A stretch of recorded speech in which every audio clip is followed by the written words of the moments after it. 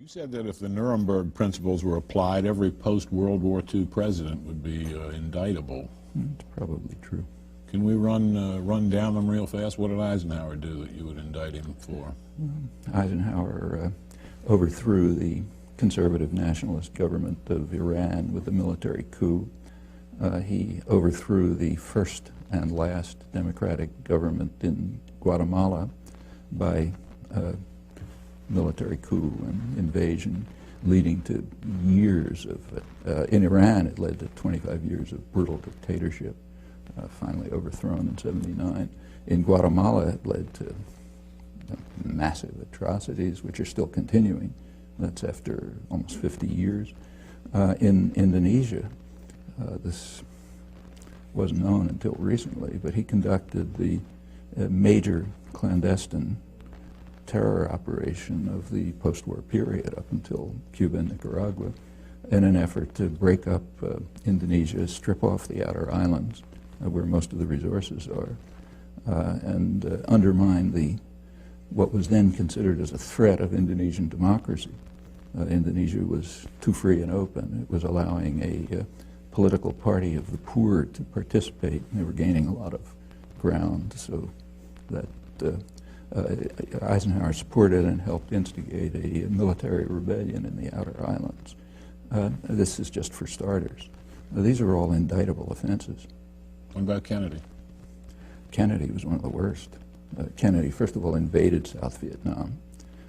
During the Eisenhower administration, they had blocked a political settlement in 1954 and instituted a kind of a Latin American style terror state, which had killed maybe 60 or 70,000 people by the end of the Eisenhower period, and had instigated a response, a reaction. Kennedy recognized that it couldn't be controlled internally, so he simply invaded. In 1962, about a third of the bombing missions that were carried out by the U.S. Air Force in U.S. planes with South Vietnamese insignia, but U.S. pilot. He authorized napalm. He began the use of chemical weapons to destroy food crops. They began programs which drove millions of people into what amounted to concentration camps. Now, that's aggression. In the case of Cuba, it was just a massive campaign of international terrorism, which almost led to the destruction of the world, led to the missile crisis. And we can continue. Again, these are all indictable offenses. About Johnson? Well, Johnson expanded the war in Indochina to the point where ended up probably leaving 3 or 4 million people dead. He invaded the Dominican Republic to block what looked like a potential democratic revolution there, supported the Israeli occupation in its early stages. Again, we can go around the world. Take, say, Carter. You know, I'll get there, but Nixon's next. Nixon, we don't even have to talk about. We can skip that one, okay? But Ford, then Ford. Well, Ford was only there for a short time, but long enough to endorse the Indonesian invasion of East Timor, which became about as close to genocide as anything in the modern period. They pretended to oppose it, but secretly supported, in fact, not so secretly. The U.S., immediately after the invasion, the U.S. did join the rest of the world in formally condemning it at the Security Council. But Ambassador Moynihan was kind enough to explain to us, in his words, that his instructions were to render the United Nations utterly ineffective in any actions it might take to counter the Indonesian invasion. And he says proudly that he did this with considerable success. His next sentence says, in the next few months, it seems that about 60,000 people were killed. And then he goes off to the next topic. That's the first few months, went on to probably hundreds of thousands. Formally, the U.S. announced a boycott of weapons but secretly it increased the supply of weapons, including counterinsurgency equipment, so that the Indonesians could consummate the invasion. That's just a short period in office, but that's indictable. Seriously, in fact, that's a major war crime. Carter? Carter increased, as the Indonesian atrocities were increasing. They peaked in 1978. Carter's flow of weapons to Indonesia increased when Congress imposed human rights restrictions. By then there was a human rights movement in Congress to block the flow of advanced weaponry to Indonesia. Carter arranged through Mondale, vice president, to get Israel to send U.S. Skyhawks to Indonesia to enable Indonesia to complete what turned out to be near genocide, killing maybe a quarter of the population or something. In the Middle East, Carter just won the Nobel Prize. His great achievement was the Camp David agreements. The Camp David agreements are presented as a diplomatic triumph for the United States. In fact, they were a diplomatic catastrophe.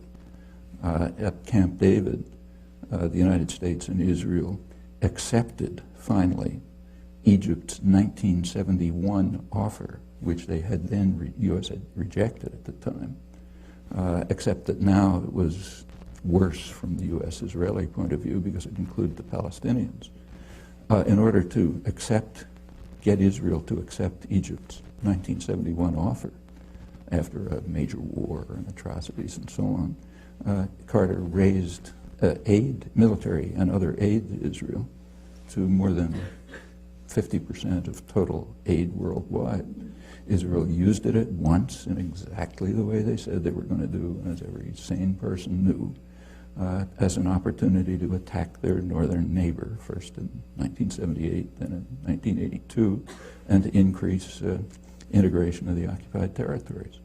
And that's for starters. We can continue. Reagan? I don't think we have to talk about that one either.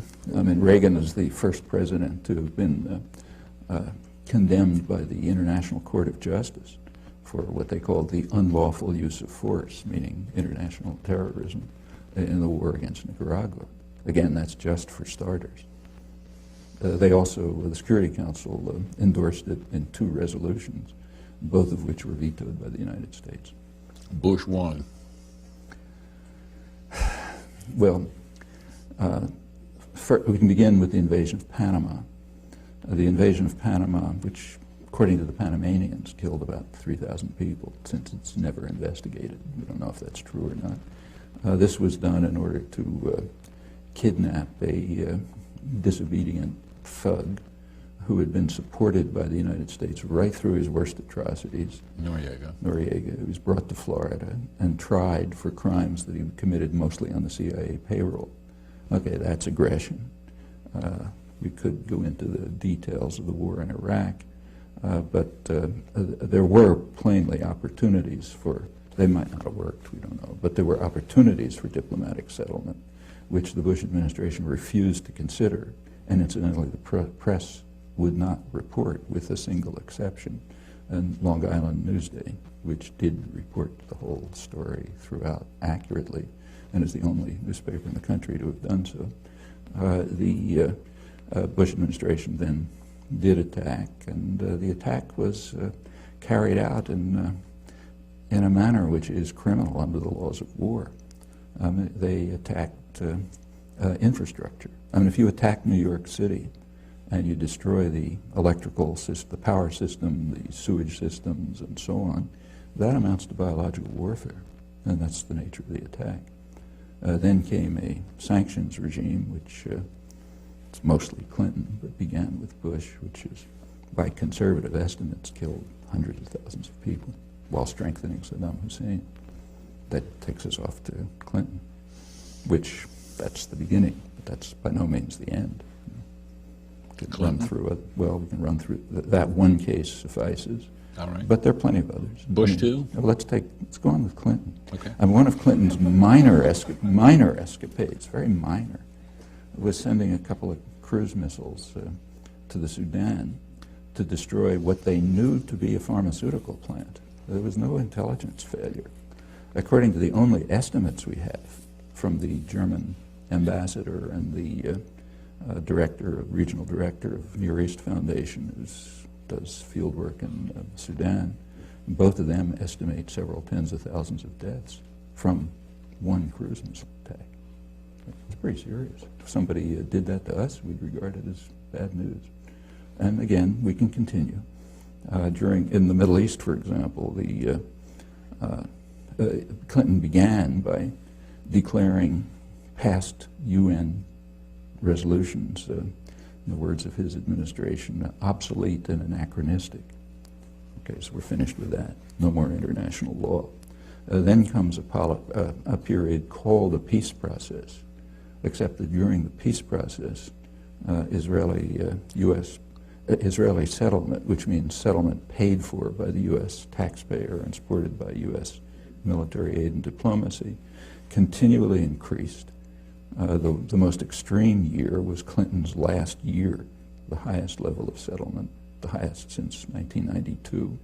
Meanwhile, the territories were cantonized, broken up into small regions with infrastructure projects and new settlement. I don't know what you call that, but it's under military occupation. And if anyone else was doing it, we'd call it a war crime. And again, we can continue. I wish to, I don't think we have to discuss.